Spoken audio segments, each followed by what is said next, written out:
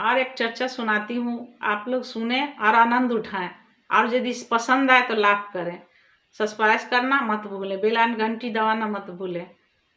आपका सब्सक्राइब ही एक मेहनत की फल है। और देखिए, एक बूढ़ी माँ थी और उसका एक बेटा था। अब दोनों बहू मिल करके उसका माँ का शादी ब्याह, बेटा का दोनों का शादी ब्याह कर दी। शादी ब्याह करने के बाद बेचारी बहुत गरीब थी, बहुत गरीब से बच्चा लोग को पालन पोषण की। बहुत गरीब थी बेचारी, कभी अच्छा खाना नहीं खाई थी, कभी उसको पूड़ी खीर वगैरह कुछ भी नहीं कभी मिला था, कभी बेचारी नहीं खाई थी। और नहीं कभी बढ़िया बिछौना बिस्तर पर सोई थी, ना कभी उसको गाड़ी बाड़ी बिछौना बिस्तर तोशक ये सब कभी नहीं देखी थी। बड़ी वाली बहू को जब शादी हुआ तो बहुत कुछ उसको दहेज में मिला। तब बेचारी देख करके एक दिन बोली कि बहू से थोड़ा आज बिस्तर पर सोने देखी। तो वो बोली कि गंदा संदा देश से आती है और बिस्तर पर सोएंगे, मेरा बाप दिया है तुमको बिस्तर पर सोने के लिए, चल हट यहाँ से। बड़ी उसको एक तो फटल चिटल चटैया दे दी, बेचारी वहीं पर सोई। फिर एक दिन बोली छोटी बहू से, बहू मुझे खीर खाने का आज मन करता है।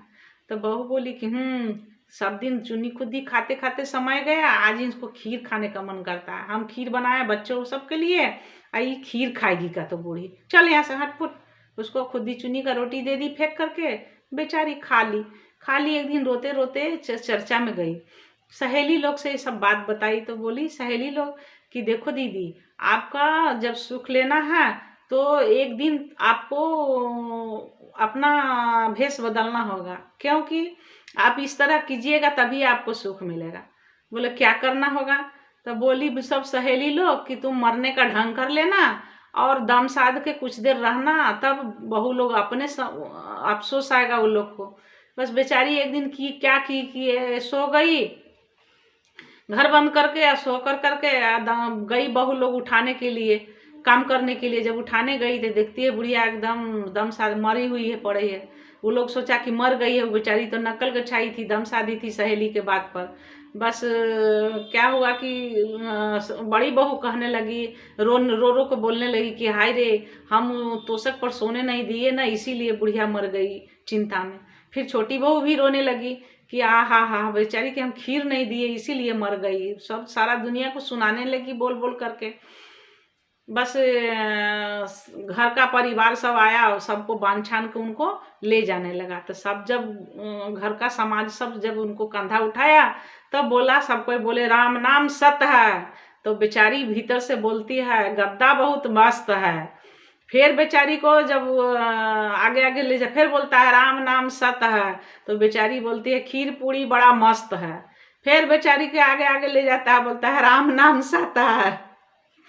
तो बेचारी बोलती है कि खटिया बड़ा मस्त है।